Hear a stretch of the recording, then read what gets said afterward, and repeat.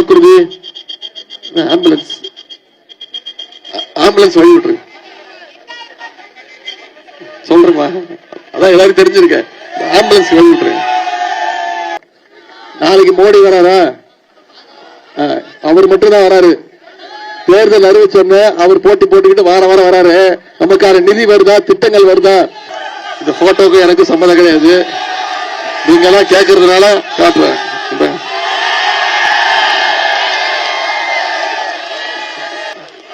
அவரு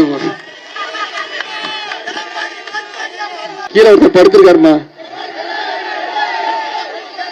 இப்படிதான் ஒரு முதலமைச்சர் ஆனாரு. எவ்வளவு அழகா படுத்திருக்காரு பாருங்க. இதுதான் நான் சொன்னேன். இதுதான் என்கிட்ட கோச்சுக்கிட்டாரு. எடுத்துக்கோமா, நீ எடுத்துக்கோ. நாளை விழுந்தது என்ன தப்பு?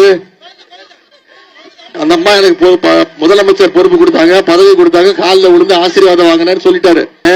அந்த அம்மாவை பார்த்து என்னமா கேட்டாரு, நீயா என்ன முதலமைச்சர் ஆக்குறேன்னு கேட்டு அந்த அம்மா காலை வாரி விட்டாரு பாருங்க. பஞ்சாயத்துல வெளில வந்துருவோம். அவங்க 2 பேரும் பேசிக்கிட்டோம். நாம இதுல தலையிட வேணாம், இனிமே யாரும் போட்டோ எல்லாம் கேட்க கூடாது.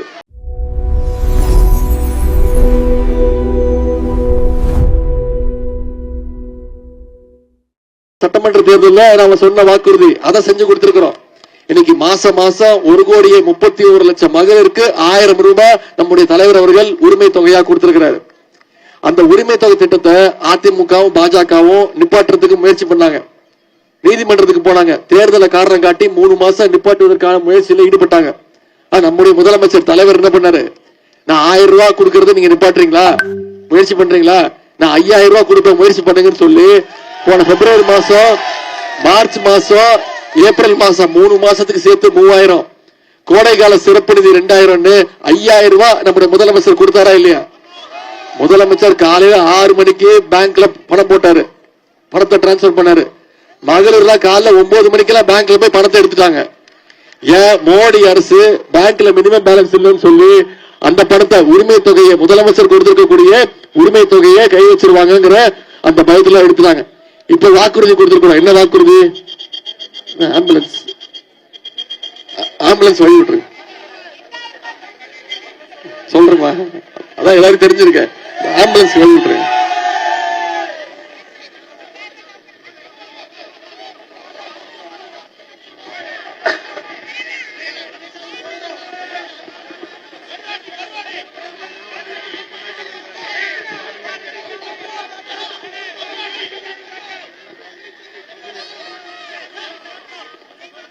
ஆம்புலன்ஸ் போயிட்டு நல்லா இருக்கீங்களா? நன்றி நன்றி.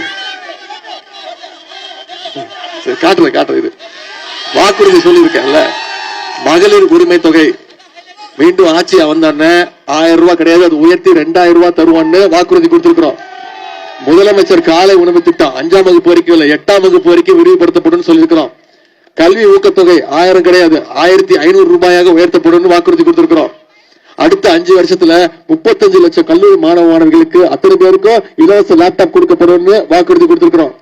கலைஞர் கனவு இல்ல 10 லட்சம் வீடுகள் கட்டப்பட்டு யார் யாருக்கெல்லாம் வீடு இல்லையோ அவங்களுக்கெல்லாம் வீடு கட்டி தருவோம்னு வாக்குறுதி கொடுத்திருக்கிறோம். இன்னொரு முக்கியமான வாக்குறுதி உங்களுக்கு தெரியும், ஏற்கனவே நம்முடைய முதலமைச்சர் ஆட்சி அமைஞ்சோடனே அனைத்து மகளிருடைய கைகளையும் 8000 ரூபாய் நம்முடைய முதலமைச்சர் அவர்கள் கொடுத்துருவாங்க.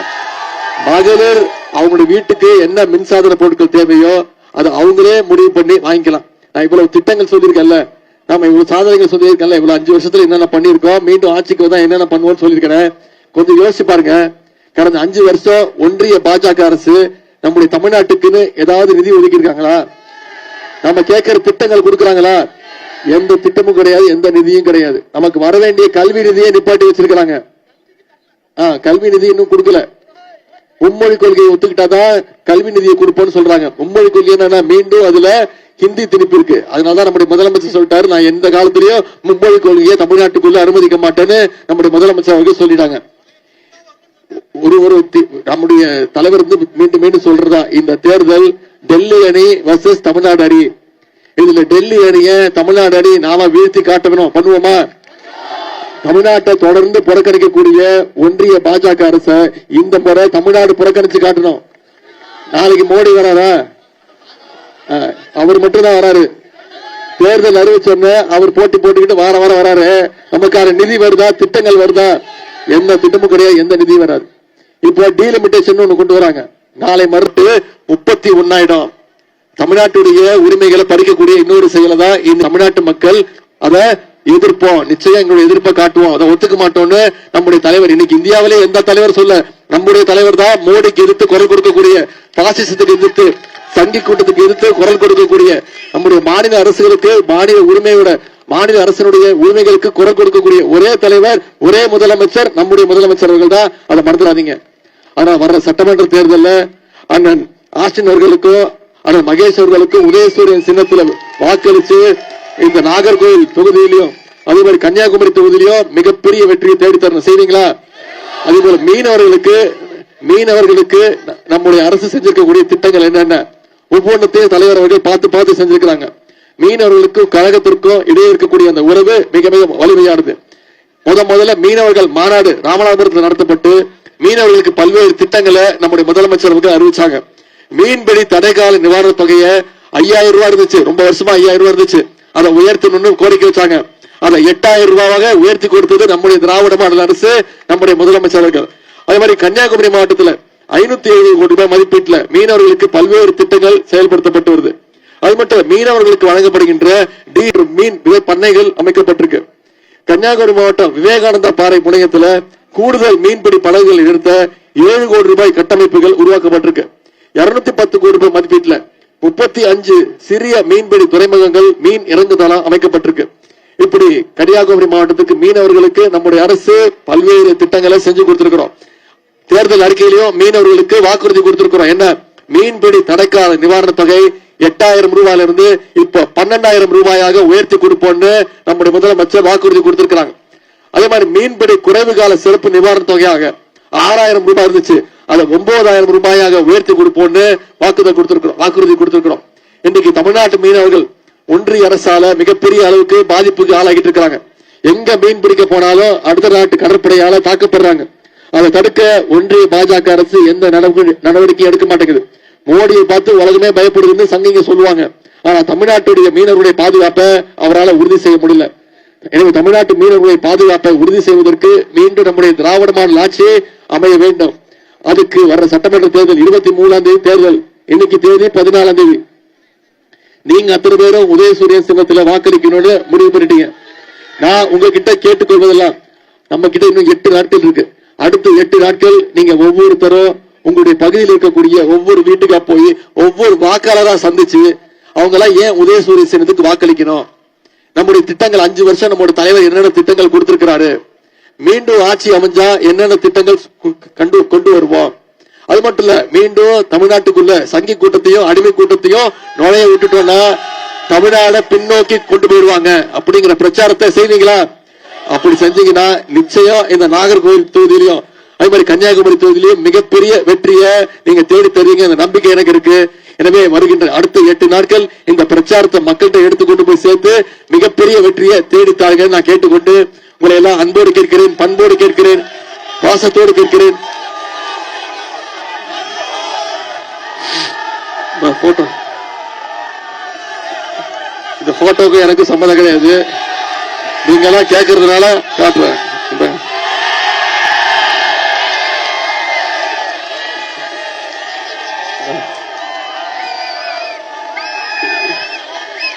படுத்திருக்காருல்ல, அவர் தான் எதிர்கட்சி தலைவர். அவரு கீழே ஒருத்தர் படுத்திருக்காருமா, இப்படிதான் அவர் முதலமைச்சர் ஆனாரு. எவ்வளவு அழகா படுத்திருக்காரு பாருங்க. இதுதான் நான் சொன்னேன், இதுதான் என்கிட்ட கோச்சுக்கிட்டாரு. எடுத்துக்கோமா, நீ எடுத்துக்கோ. உலக புகழ்பெற்ற போட்டோ ஆயிடுச்சு. அதுக்கு காரணம் நான் இல்ல, அதுக்கு காரணம் அவர் தான்.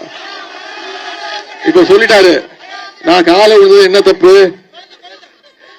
அந்த அம்மா எனக்கு முதலமைச்சர் பொறுப்பு கொடுத்தாங்க, பதவி கொடுத்தாங்க, காலில் விழுந்து ஆசீர்வாதம் வாங்கினேன்னு சொல்லிட்டாரு. நான் அவர் காலில் விழுந்து தப்பு சொல்லவே இல்லை. காலில் விழுந்து முதலமைச்சர் ஆனோடனே அந்த அம்மாவை பார்த்து என்னவா கேட்டாரு, நீயா என்ன முதலமைச்சர் ஆக்குறேன்னு கேட்டு அந்த அம்மா காலை வாரி விட்டாரு பாருங்க. அதைத்தான் நான் கேட்டேன். இப்போ சசிகலா அம்மாவை கேட்க ஆரம்பிச்சுட்டாங்க. ஆமா தம்பி உதயநிதி சொல்றது கரெக்ட் தானே, நீங்க காலில் விழுந்தால முதலமைச்சர் அவங்க பேச ஆரம்பிச்சுட்டாங்க. அதனால இந்த பஞ்சாயத்துல வெளில வந்துருவோம். அவங்க 2 பேரும் பேசிக்கிட்டோம். நாம இதுல தலையிட வேணாம், இனிமே யாரும் போட்டோல கேட்க கூடாது. சரியா? நம்முடைய ஒரே குறிக்கோள் அடுத்த வர்ற சட்டமன்ற தேர்தலில் 23ஆம் தேதி ஒவ்வொருத்தரும் ஒரு வாக்கு கூட மிஸ் ஆகக்கூடாது, தப்பக்கூடாது. சரியாதா? ஒவ்வொருத்தரும் உதயசூரியன் சின்னத்துல வாக்கு தேடி அடுத்து 8 நாள் தீவிரமா பிரச்சாரம் பண்ணுங்க. மிகப்பெரிய வெற்றியை